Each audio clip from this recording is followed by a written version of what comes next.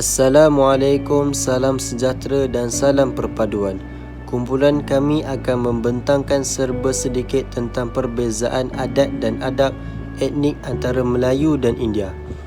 Setiap kaum di negara kita mempunyai identiti mereka yang tersendiri, yang unik bagi membuatkan kaum mereka berbeza dengan kaum yang lain, seiring dengan daya tarikan mereka. Begitu jugalah dengan kaum Melayu dan India.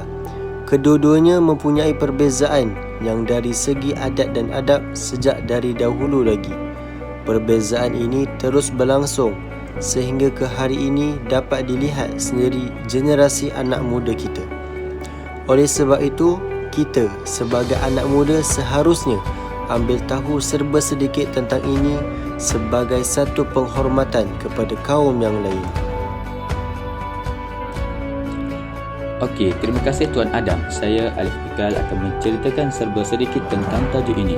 Sebagaimana kita tahu, sebelum kedatangan Islam, masyarakat Melayu telah mengamalkan adat agama Hindu, dan setelah kedatangan Islam, sesetengah adat agama Hindu tidak dapat diamalkan kerana bercanggah dengan syariah Islam.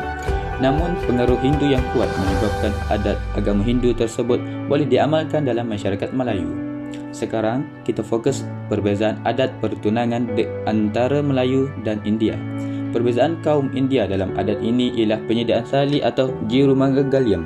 Ia merupakan lambang suci perkahwinan yang dikalung pada leher kedua-dua pengantin, dan pengantin tersebut diikat segumpal benang putih disapu dengan kunyit. Berbeza pula dengan adat Melayu. Bakal pengantin hanya bertukar cincin saja dalam pertunangan.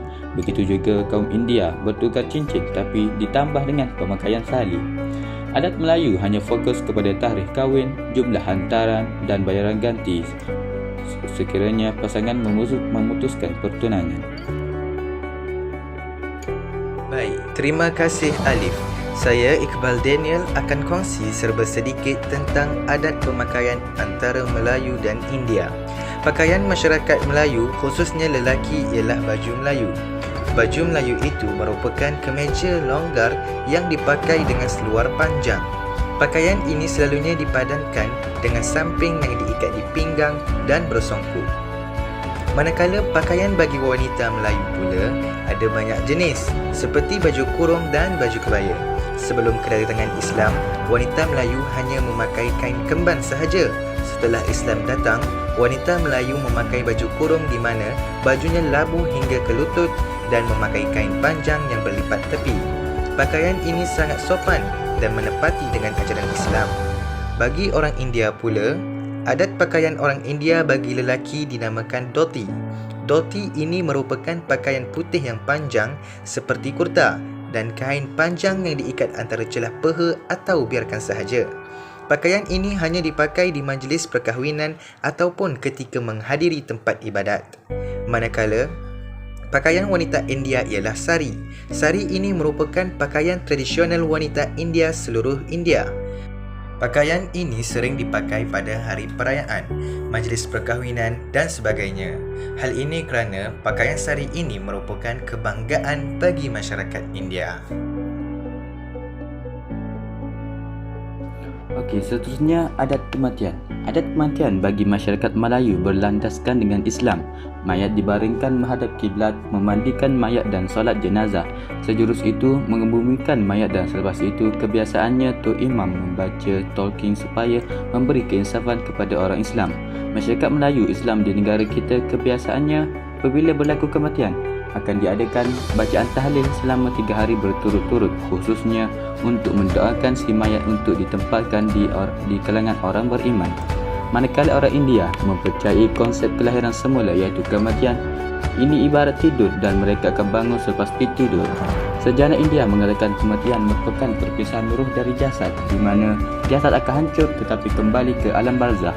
Pelbagai adat orang India melaksanakan sama ada mayat itu dikebumikan atau dibakar. Adat Melayu kebiasaannya banyak kita tengok. Anak kita berjabat tangan dan mencium tangan orang yang lebih tua, serta menundukkan badan apabila lalu di hadapan orang tua. Manakala orang India, kebiasaannya kita lihat mereka merapatkan kedua-dua tangan ke paras dada lalu menyebut Vanakkam atau Namaste. Kesimpulannya, Begitu banyak adat yang boleh diceritakan dalam pembentangan kali ini. Kita sebagai rakyat Malaysia harus bangga dan menghormati adat kaum lain kerana negara kitalah yang satu-satunya kaya dengan adat budaya yang berbeza. Kita dapat hidup aman damai walaupun kita berbilang bangsa. Negara luar begitu kagum dengan negara kita sehingga mereka buat kajian tentang kehidupan sosial di Malaysia.